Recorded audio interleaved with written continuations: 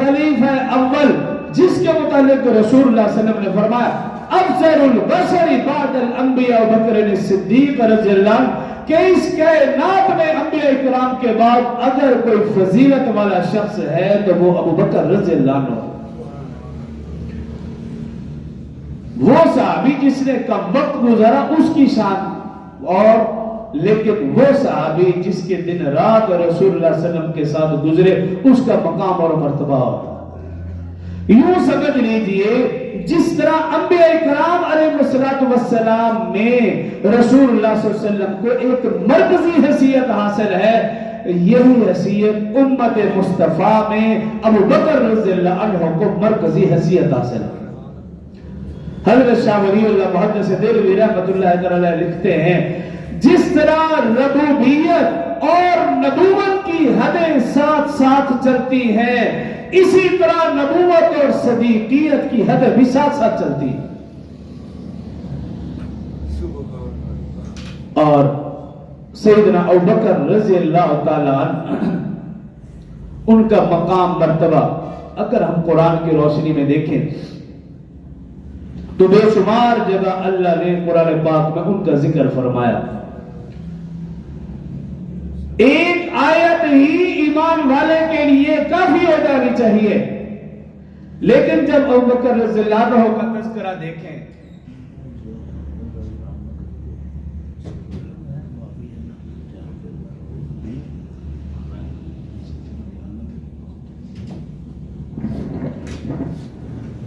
قرآن پاک میں دیکھیں بے شمار آیات بینات ہیں جن میں اللہ رب العزت نے سیدنا ابوبکر رضی اللہ عنہ کی شان، عظمت، فضیلت بیان فرمائی۔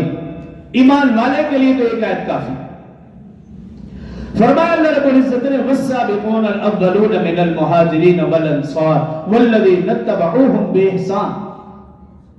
11ویں سپارے میں اللہ رب العزت نے ارشاد فرمایا والسابقون الاولون من المہاجرین، مہاجرین و انصار میں سے وہ صحابہ جنہوں نے اسلام قبول کرنے میں سبقت حاصل کی، والذین اتبعوہم بإحسان، اور جن لوگوں نے ان کی پیروی کی نیک کاموں میں، اللہ رب العزت فرما رہے رضی اللہ عنہ ورضوا عنہ۔ اللہ رب العزت کے فرمان کا مقصد یہ ہے کہ مہاجرین و انصار میں سے جنہوں نے سبقت حاصل کی، تمام مفسرین محدثین نے اپنی کتابوں میں لکھا، اپنی تشریحات میں لکھا، سابق اول سے مراد سیدنا ابوبکر صدیق رضی اللہ عنہ۔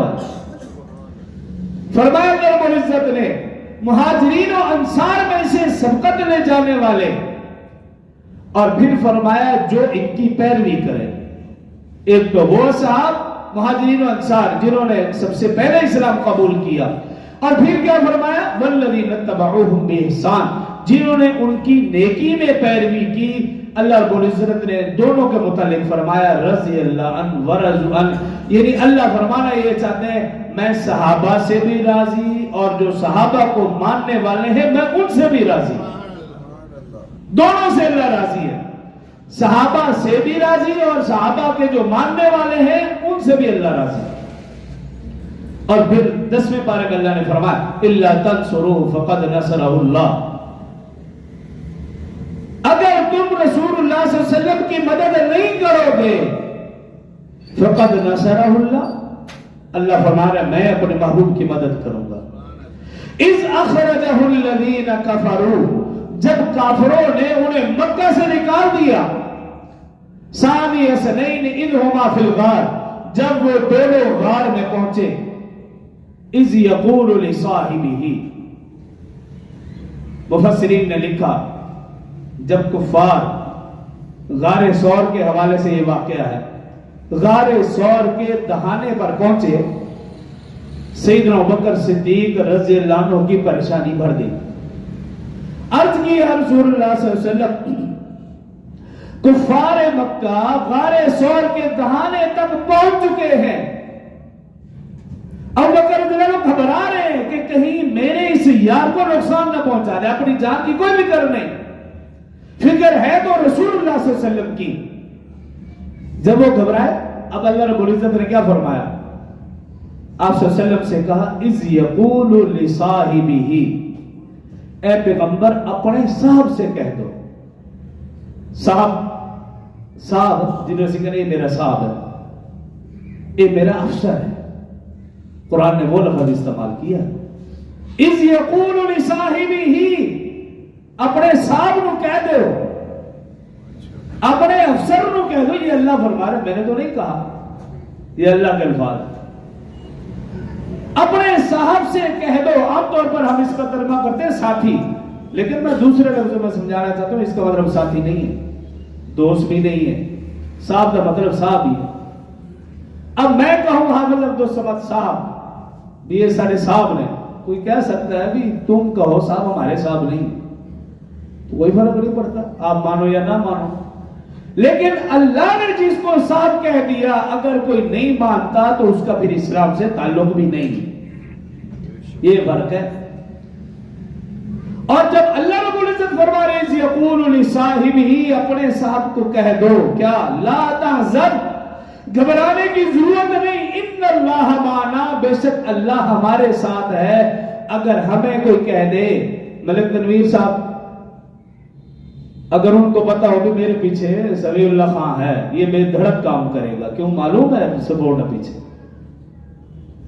یا پیچھے MNA کا ہاتھ ہے یا کسی وزیر اعظم کا ہاتھ، تو پھر تو کمال ہے.